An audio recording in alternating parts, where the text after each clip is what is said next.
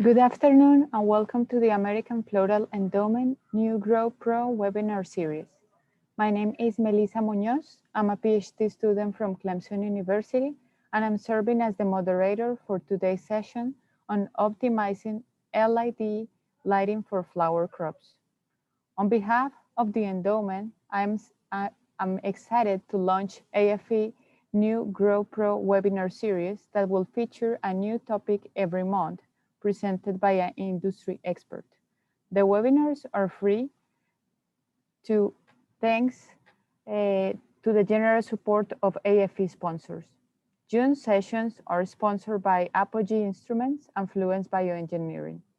Apogee Instrument is a developer of high-quality research-grade sensor instrumentation to monitor the environment.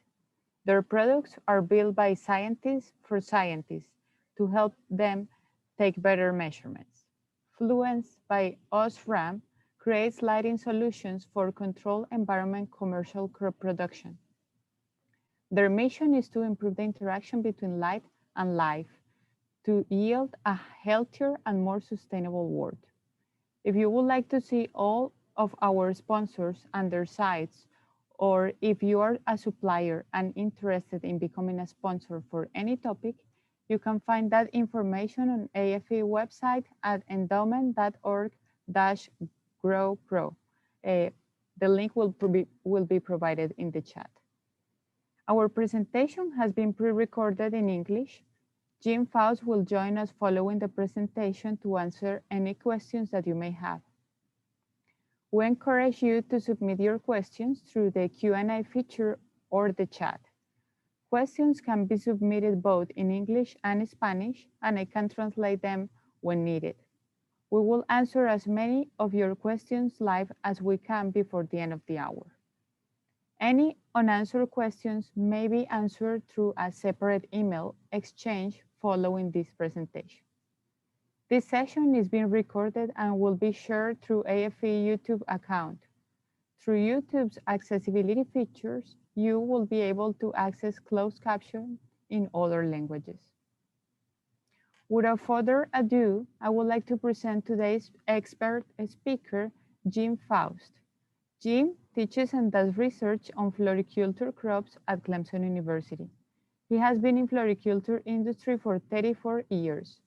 His research includes work on the effort of daily light integral on plant growth, and he has created the DLI maps available on the AFE website. Jim, welcome and thank you for presenting today on optimizing LED lighting for flower crops.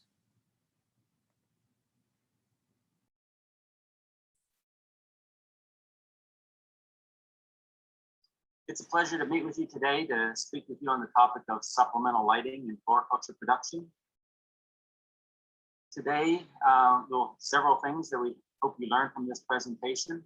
The first being how to measure light in a greenhouse, what sensors are the proper sensors to use. Second would be understanding the DLI concept. DLI we will use a lot in this presentation, refers to the daily light integral, which is a very useful term in describing light in greenhouses. And I will show you how you can figure out your own DLI, either by measuring it or estimating what it would be in your particular facility. We will discuss what DLIs are necessary for the crops that you're growing. So what are the target numbers you're looking for? And then we'll bring this around to supplemental lighting, is how supplemental lighting can help meet those DLI needs, or to help you hit that target DLI that you need to consistently grow high quality plants in your greenhouse. So there are three ways to measure light, and this can be a little bit confusing, but it shouldn't be. So the first one being using a photometer, or what is often referred to as a foot candle meter. And it's kind of an old-fashioned way of doing things, but the light sensors, these are relatively inexpensive sensors. And what this curve shows you for a photometer is the relative sensitivity of that sensor to different wavelengths of light. So light being from the sun from 400 to 700 nanometers wavelengths. And so what you can see with photometers is that they're particularly sensitive to green light, but not very, which is between 500 and 600 nanometers. They're not particularly sensitive to blue light, 400 to 500, or red light, 600 to 700 nanometers. So the problem with photometers is that they're sensitive, or they respond best to green light. They don't actually pick up red and blue wavelengths so efficiently. In contrast to a photon meter, or what we will refer to as a quantum sensor,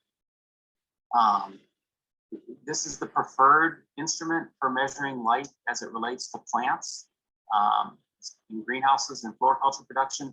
And what is different about a photon meter is that it measures all wavelengths of light between the blue, green, and red from 400 to 700 nanometers. It records those, or is equally sensitive to all those wavelengths. It doesn't matter if the light is green or red or blue, and it will measure all of those equally. The third option, and let me show you the units here. The units for a quantum sensor, and this is an example of what a quantum sensor looks like. The units are micro, or mu, is the prefix, micromole per square meter per second. The units for foot candle meters can be varied from foot candles, lumens, lux, kilolux. Those all kind of are use the same sensor, but report the numbers differently. And then the third type is a pyranometer or a radiometer, and these measure the energy in light. And so blue light has more energy than green, and green has more than red. And so you get a differential sensitivity to the different wavelengths, so blue being most sensitive. And that's fine if you're interested in how much energy the light has, but plants are really counters of photons. And so we're really trying to measure the number of photons the plants receive. And so that's what a quantum sensor does. We're really not so much interested in the total energy the plant is receiving. If you use a pyranometer, it will report its numbers in watts per square meter, which is an energy unit. So anyway, those are the three types. Quantum sensor is the only one we're going to talk about today, and it's the one that you really should be using in greenhouses. So, and it's important just to reiterate that photometers or foot candle sensors really cannot accurately measure blue and red LEDs. And so more and more growers have LEDs in their greenhouse. And just to illustrate this, this is the same curve as you saw before with the relative sensitivity being in the green. And if you have a blue, this is the output of light from a typical blue-red LED. So you get a big peak in the blue and a big peak in the red. This has some green, so it'll have a bit of a white appearance in the light, but the amount of green is fairly small. And so you can see this photometer would not measure the blue very well and not measure the red very well. So the light could be quite bright in terms of a plant's perception, but it's not going to be bright in terms of this meter's perception, because the meter is not picking up very much green light because there's not much available, and then it does not sense the red and the blue very well. So anyway, this is why we really prefer quantum sensors in light measurements in plant sciences. All right, so these are 3 examples of quantum sensors that are appropriate measuring equipment for plant growth. And they're all the same thing, just in different configurations. So for example, this is one where the sensor is in the top and you simply hold the meter where you want it to go, where you're trying to measure. This is a similar meter, but it has a cable with a quantum sensor at the end rather than embedded in the unit. And so then you can take that sensor and place it in a different position from where the meter is reading. Or a third one that you don't see too often is called a line quantum sensor, where it actually is a rod with multiple sensors in it. And it's actually really good for greenhouses, because greenhouses are not really uniform light environments. So this makes an average over 6 different sensors. Or in a canopy, it's also very good. But you won't see those too often. All of these are quantum sensors. They all report in the unit micromole per square meter per second. So the concept of daily light integral, this was developed in the 1980s, and it has really gained a lot of popularity. Most growers are familiar with it as we travel internationally, and many growers are measuring DLI. So just to reiterate the concept, if you're not familiar with it, what we're looking at here is a curve that shows you light intensity from the sun on a sunny day in kind of an ideal situation. So sunrise, it gets bright, sunset, down at the end of the day. Here our units are quantum units, the term that is being more commonly used today is ppfd, or the photosynthetic photon flux density. That's just a fancy way of saying the light intensity, how bright the light is shining on the sensor. Again, the unit is micromole per square meter per second. So we can measure this. Darkness is obviously 0. Bright sunny day in the US would be about 2,000 micromole. We can use other sensors to measure the sun. As I showed you before, this would be a pyranometer, would go from basically 0 to 1,000 watts per square meter to measure that same sunlight. Or foot candles will go from 0 to 10,000 foot candles. Lumens would be also 0 to 10,000, and kilolux would be 0 to 100. So, all these are comparable ways of measuring light. Again, we prefer using a quantum sensor or recording light in micromole per square meter per second. So this then is the light intensity, how bright it is at any given moment during that day, which is somewhat interesting, but not all that useful if you're growing plants under sunlight where the sun is constantly changing because it's positioned in the sky or the cloud cover. So the intensity is just always fluctuating. So there's some limited value to that. So what is more interesting is the quantity of light that the plants intercept during a day. So what we would then do is measure the light intensity at sunrise. And then 1 second later, we measure the light intensity again. 1 second later, we measure the light intensity again. And what we do is we keep doing this all day long until we've measured all the light intensities for every second of the day.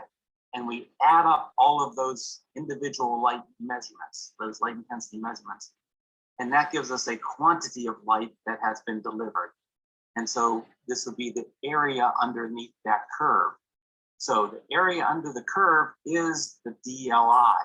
Daily, it's 1 day light, because it's from 400 to 700 nanometers of wavelengths. And integral means to add up. So you're adding up the light measurements made over the course of 1 day. And so now we're measuring that area underneath that curve. And that's our daily light integral. And that is what drives plant growth and biomass accumulation. So if we know this number, we can much more accurately anticipate the quality of plant growth and the quantity of plant growth that we will achieve in our crops. So we'll just do a very quick mathematical example.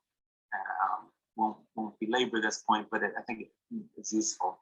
So again, our light intensity, or ppfd, is micromole per square meter per second.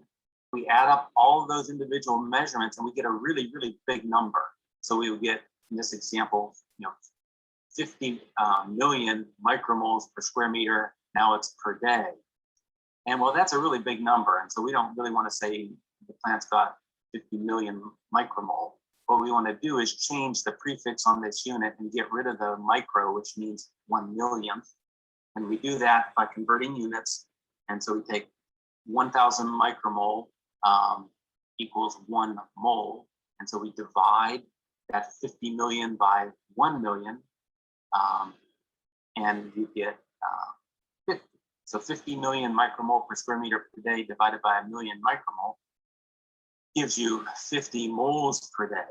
And so the unit that we use for DLI is moles per day. We can write that different ways. We can write it kind of the fancy scientific way, which is mole per square meter per day, or we can just kind of write it like this, moles per day. And so this is the number that we're really interested in when we start talking about supplemental lighting and how it might be valuable. So it's useful to appreciate that the amount of light delivered to the Earth during the summer and the winter is really dramatically different. It can be a 5 or 6-fold difference in the light that you get in December versus June. So this is an example that we've already shown you where the sun's as bright as it could be, 2000 micromole, and it's a perfectly sunny day in the summer. So it's a long day, 16 hours long, and it's bright. In contrast to winter, where you have the light intensity is not so bright, and so there's a lot of cloud cover, and also the day is shorter, so you're not accumulating light for as many hours. So this example, the area under the curve is 4 moles per day. And so this is more than 10 times brighter in this summer example. The area under this curve is more than 10 times than what it is on this winter day. So why is DLI important? It's important because it directly impacts several important plant parameters. The most obvious one is it impacts biomass accumulation, which for every particle or photon of light intercepted, photosynthesis is driven, CO2 is taken out of the air and incorporated into the plant structure. And so the plant is increasing in size in proportion to how much light it has intercepted. So DLI is a great predictor of biomass accumulation, overall plant size of the shoots and the roots. DLI is important for flowering, both the number of flowers and the size of the flowers. In general, the more energy that's available to the plant, the more light that has been intercepted, the more light that's been accumulated over the course of a day, the more flowers that can then be grown and produce. Of course, it increases root growth. DLI increases lateral branching. So the more light you have, the more energy the plant has, the more that plant puts that energy into lateral shoots. So instead of getting one primary dominant shoot, you get a lot of lateral shoots because the plant has a lot of energy to spare. If energy is limiting, the plant tends to put most of its energy into that primary stem and not the lateral stems. Also, if stem diameter is an important parameter in the crops that you're growing, higher DLI gives you thicker stems. Now, DLI does not reduce crop time. We typically think of crop time as a function of temperature. So this is one of the challenges with ornamental growers thinking about using supplemental lighting, is that it's easy to quantify the value of reduced crop time. If I can take a crop from 10 weeks to 9 weeks, that means I can spin more crops in my greenhouse over the course of the year. But light doesn't really trim that time. What it does is it improves the quality and quantity of growth during that time, that crop time. So, and of course, on ornamental crops, we're interested in quality, but that's hard to quantify. With crops that you harvest part of the plant, like vegetables, then the more light you deliver, the more your harvestable yield is going to be. So there's a direct relationship between me adding supplemental lighting and the plant outputting additional yield. It's a little bit easier to quantify. So how do you get DLI data? There are 2 ways. We can measure it or we can estimate it. In terms of measuring it, there are some nice sensors available for you to use these days. And this one is called the microcache device from Apogee Instruments. And so this is a data logging device. This is the quantum sensor. The quantum sensor is making the measurement continually. And then you need some data logging device to add up all those numbers and give you some data back. And this has a Bluetooth connection, so it's kind of fun. You can go into the greenhouse and you pull up your phone app, Apogee Connect phone app, and you can see the light intensity over each of the last 7 days in this example. And you can see the daily light integral over the last 7 days. So in this example, we were averaging 25 to 30 moles per day in this situation over the last six days. So that's kind of fun to see and useful.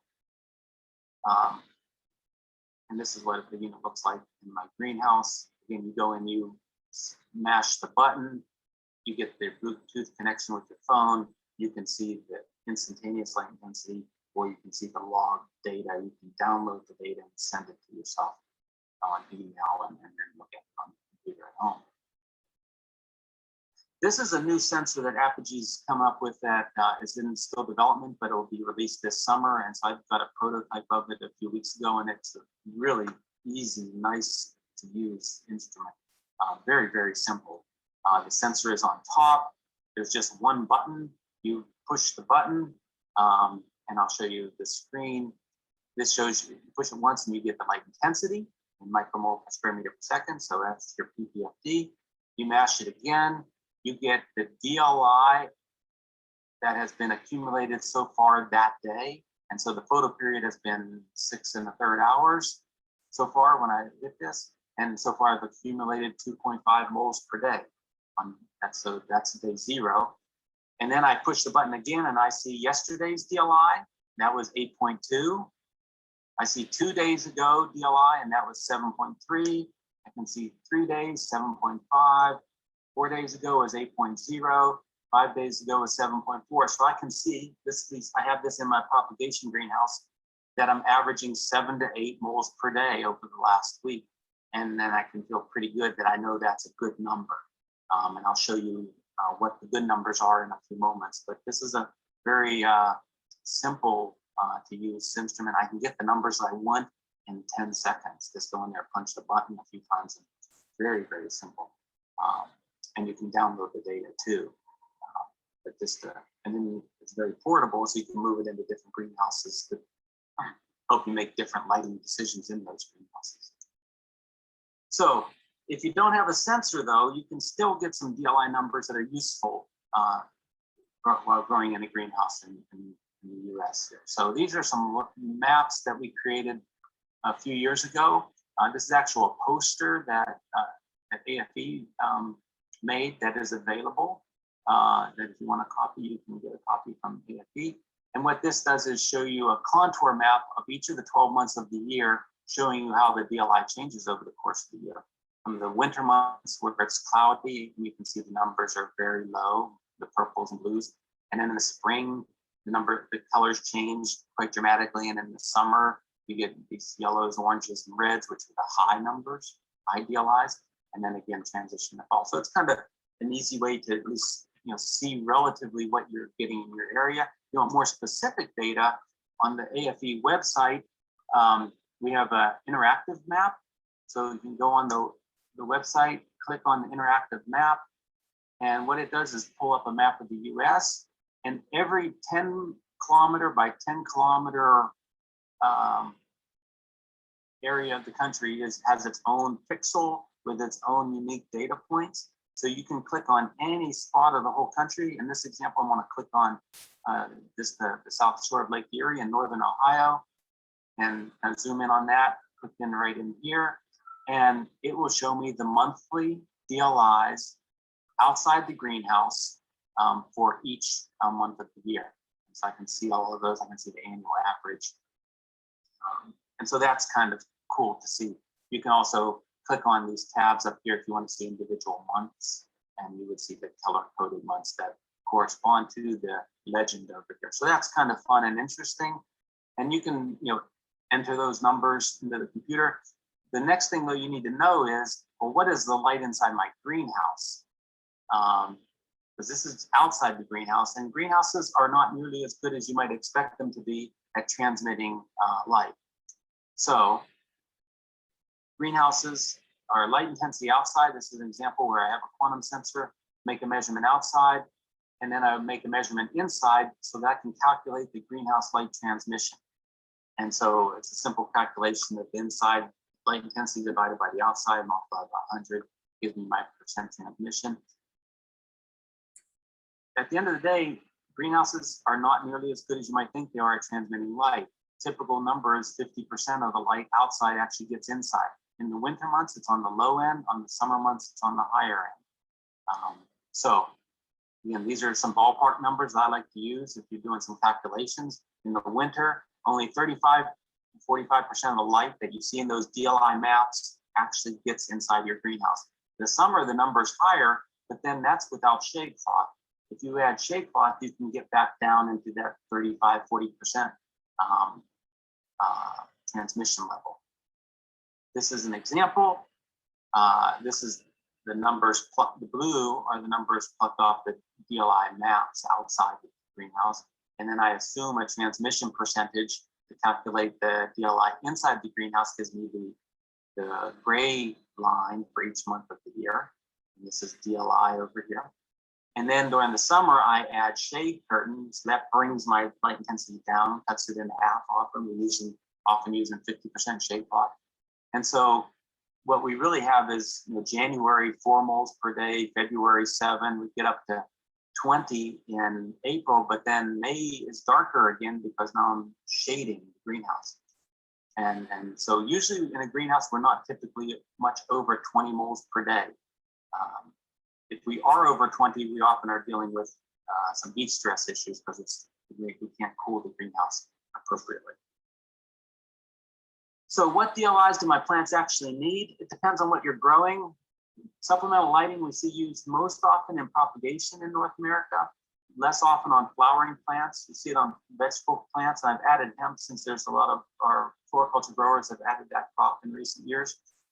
These are the DLIs that are kind of in that critical range. 4 is on the acceptable low end for propagation. 10 is on the high end, 10 moles per day. Flowering, again, anything below 5 and the plants are not doing well, and we typically don't need above 20. And so you get the shades of green show you kind of a transition where you see rapid improvement as you increase across light from 4 to 5 to 6. But as you go from 8 to 9 to 10, it's less and less benefit. For vegetables, we really need to be up 20 moles per day, 25. Hemp, we're looking at even 40 or 50. It's a different, much higher crop, higher light crop than most of all ornamental. This is the same data shown graphically. It's a little bit perhaps easier to perceive our relative growth rate as a function of our DLI. And so we see as we increase for propagation example, we increase DLI from say 4 to 5 to 6 to 7 moles per day. We increase the relative growth rate and rooting and propagation dramatically. And then we get kind of an optimum in the 7, 8, 9, 10 in that area, moles per day. For flowering crops, we're trying to get 10 moles per day. Anything above 5, we see dramatic improvement with each additional mole. And then you kind of saturated the response. So going from 12 to 14 isn't that much benefit. Going from 6 to 8 is a huge benefit.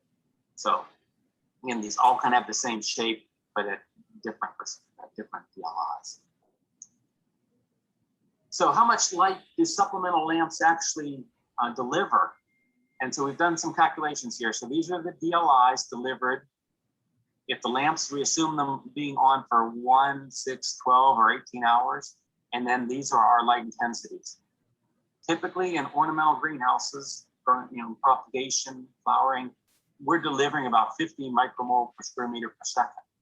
We deliver that for 1 hour, we are only getting 0.18 moles per day. If we deliver that for light intensity for 12 hours, we're getting 2.2 moles per day. That's not a lot considering how much is outside in the summer in the sun, from the sun. But if you're in a northern Ohio example where you may only be getting 2 moles per day in December or January on a February on a cloudy day, if you can add 2 more, that's 100% improvement. And that's getting you up in the more acceptable range. We can deliver much higher light or DLIs with brighter lamps. It's just, is this ever going to be cost effective? For ornamentals, no. For most vegetables, no. For hemp, possibly, depending on the price. So you do see some really high light intensity lamps being used for, and LEDs in particular, hemp production. But for ornamentals, you're looking at numbers down here. So it's typical. Supplemental lighting will provide just 1, 2, or 3 moles per day for an ornamental grower. And that doesn't seem like a lot, But again, if your ambient levels are really low, then it can be a substantial improvement. If your ambient levels are high, there'd be no reason to turn the lamps on, because again, going from, if you're at 12 moles per day on your bench, adding 1 isn't going to get you that much. But if you're at 2 per day out on your bench, adding 1 is again a substantial increase. So the real benefit of supplemental lighting comes from avoiding the low DLIs that result in unacceptable plant growth and quality. What we're trying to do is avoid the lower end and get us up into the middle acceptable range, or higher end. We if we're below 4, we're in trouble on propagation. Plants are not going to, cuttings won't root well. If we're below 5, 6 moles per day for flowering crops, they're not going to flower well. So getting us up into these areas, the low end of acceptable, is really what we're trying to do with supplemental land. We're really not trying to achieve the optimal. The optimal is really not cost effective to provide, because each additional mold per day that you add is less and less efficiently used by the plant. So we're really trying to get the plants into this yellow area. We would love to see them up in this dark green area, but we typically can't afford the light to get us up into these really high numbers. That would be just too much energy involved. So this is an example of what light intensities and DLI are supplied by a given arrangement of lamps. So this is a configuration of 4 bays of a greenhouse that are 96 foot wide and 200 foot long. And this is for installation of high pressure sodium lamps. And you can see the lamps do not deliver the light, highly uniformly, right? You have the high spot in the middle here, is about 3 bays. You have about 60 to 65 micromole per square meter per second. On the edges, you're getting as low as 32, almost half. That translates into 0.1 to 0.2 moles per hour. If I turn the lamps on for 12 hours a day, my DLI is basically 2 up to 2.5 moles per day.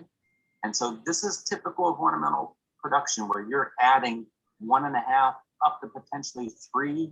If you're going to burn the lamps for more than 12 hours a day, you get up to 3 moles per day. That's about what is practical and affordable for most propagators. And so if we go to an example, back to our previous one, this is our moles per day for each month of the year, looking at what is inside the greenhouse. So we go up, up, up, and then we have shade cloth in the summer, and then shade cloth comes off and the light levels go down. Well, if our optimal for propagation, which is the most likely use of supplemental lighting in North America, we want to be between 5 and 10 moles per day. And so what we're looking at is, well, how many days per year are we below that threshold? And of course, these are the means. So what is more interesting is this kind of show the distribution of days. So we look at January, our mean in this example is 4 moles per day inside the greenhouse. Our distribution is going to go from 0.5 to 1 mole per day, maybe up to 8 moles per day. And so you're going to get a population of days over that month, that average 4. Well, you can see in this example, 2/3 of those days are going to be below the threshold. And so those are all days that would really benefit from supplemental lighting. In February, we also have a good chunk of days that are below the threshold. October, we have some. November and December, we have a bunch. The rest of the year, we don't really need supplemental lighting. We're hitting that 5 to 10 mole per day target regularly.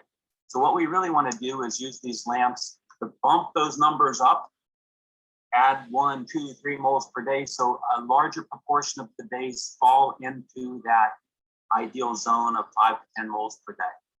Not all of the days are going to be there. We're still going to have some, a day that is, the sun delivers 1 mole per day. We might add 3. That only gets us to 4. We're still below what we really want, but as hopefully the other days of the week kind of pick us up, so that over the course of the week we're averaging 5 or higher. So this is when lamps are valuable, and it kind of gives you an example of how valuable they are. You're picking off these lowest days and getting more of them into the desired range. So that was fast, a lot of information. But so we have some take-home messages though that hopefully you can take from this. So you can get useful DLI data easily from the current instrumentation that's out there. Not particularly expensive, and they're widely available. If you don't have the instrumentation, you can make reasonable estimates with just the mapping maps that are available on the DFE website. And then it does help to have a greenhouse light transmission calculation. So again, it helps to have a sense that you can run inside and outside the greenhouse and get an idea of what your percent transmission is, so you can use the maps to calculate what is actually in your greenhouse. Note that most supplemental lighting systems provide just 1 to 3 moles per day. This can be but this is a big improvement on cloudy winter days that provide less than 5 moles per day. So it's not a lot of light, but it's better than what we can get in the winter in many locations in the US. The real benefit of supplemental lighting comes from avoiding those low DLI days that result in unacceptable plant growth and quality. So providing DLIs that are really at the optimal levels are usually not cost effective. We're just trying to raise the lowest days to acceptable levels. Supplemental lighting improves plant growth and quality. It does not speed up crop production. So this is important. Because again, quality is harder to measure. Time is it's easy to see the benefit of reducing crop time. Just having the plants grow better, especially ornamentals, can be a little bit difficult to put a number to. Ultimately, the question is though, does the low light plant quality or plant growth for ornamentals or low yields of vegetable and say hemp plants, does that make my business less competitive during a significant number of weeks in the year? There is that is really the question you're asking. Is the those poor light days of the year, we do sacrifice quality. Is that impacting the competitiveness of my business? If it's not, if you really on the worst times of the year you're still, if not maybe your best quality, but it's acceptable for you, then well, you don't really need supplemental lighting.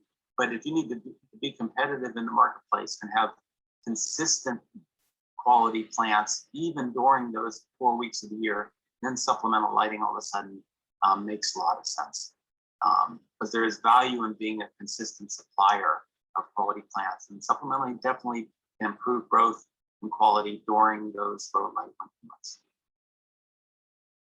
So I look forward to answering your questions. If you have them, please send them through the chat or call them in.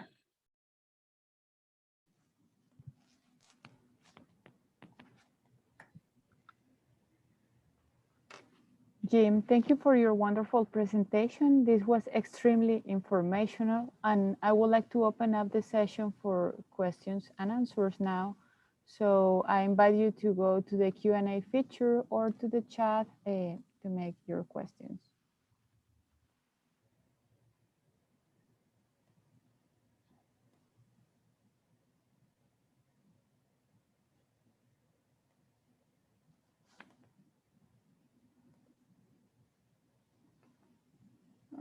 Okay, I have some questions in the intern. There are several different kinds of quantum sensors available.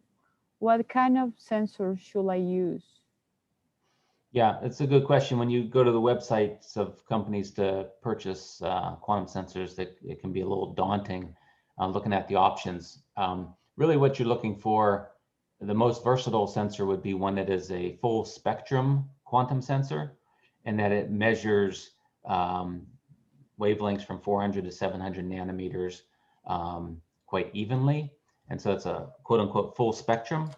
And then those quantum sensors can measure any light source, whether it be sun or any of the artificial light sources. You can get other quantum sensors that aren't as good at really equalizing all the different wavelengths. And so the accuracy of them can be, they can be less accurate, especially when they're measuring blue and red LEDs, where you have a big peak at a very precise and narrow range of wavelengths. So, so the full spectrum is better than ones that really aren't quote unquote full spectrum. There's also a new trend out there.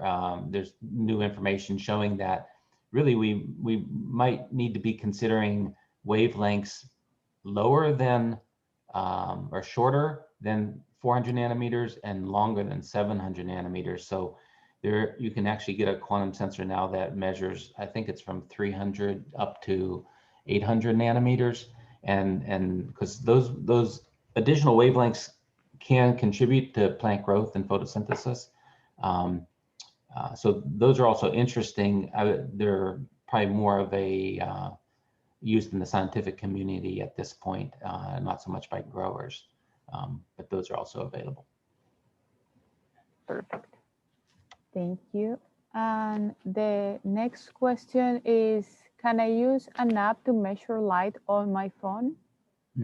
That's interesting. You know, there are, if you go online or go in your app store, there are quite a number of light sensors, or excuse me, apps that will use your phone as a light sensor. And so we downloaded several of them a couple years ago and tried to, and then used the phone next to a quantum sensor and compared the numbers. So we had an accurate measurement of the light that was delivered, and then we just had our phone and the numbers coming off the phone with the apps. And there is almost no relationship between the actual real measurement and what the phone reported. So we would say there's absolutely no value in using phone apps as a light sensor.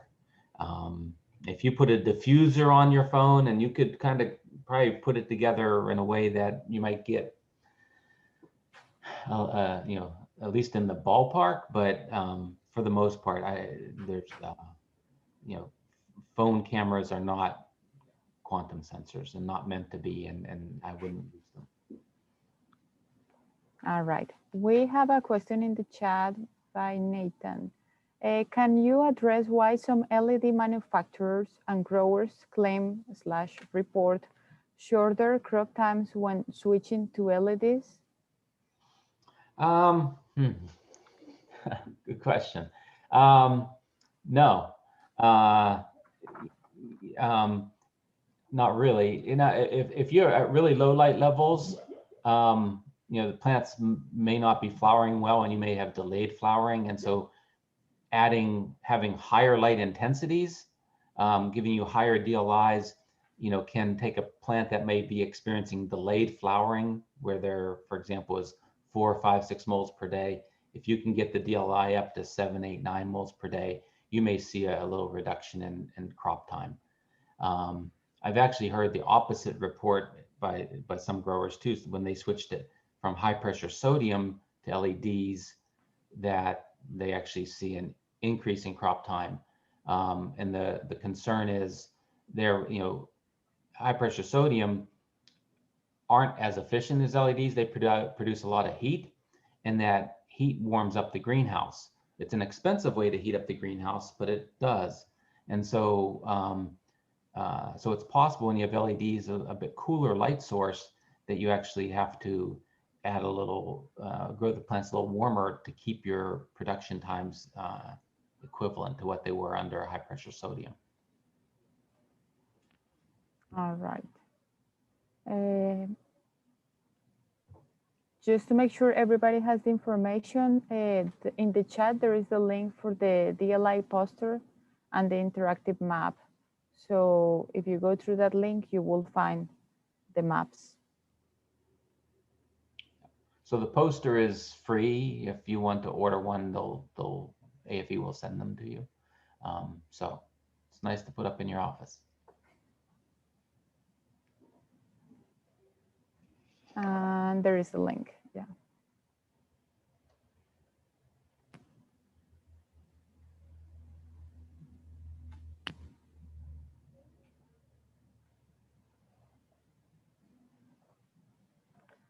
All right, I think if there are not further questions, I would like to thank you all for joining us today for another session of the AFE Grow Pro webinar series. We encourage you to view our full calendar at endowment.org/growpro. The link will also be provided in the chat. And while you are there, please check out our other grower-related resources and research reports available to you for free. Thanks to our industry support, and our next webinar will be part 2 of optimizing LED lighting for flower crops with Dr. Eric Runco on June 29th at 1 p.m. Eastern Time.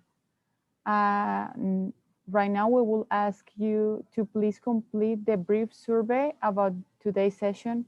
Your feedback is very important and help us to continue to improve the monthly webinars and provide any additional topics of importance for you.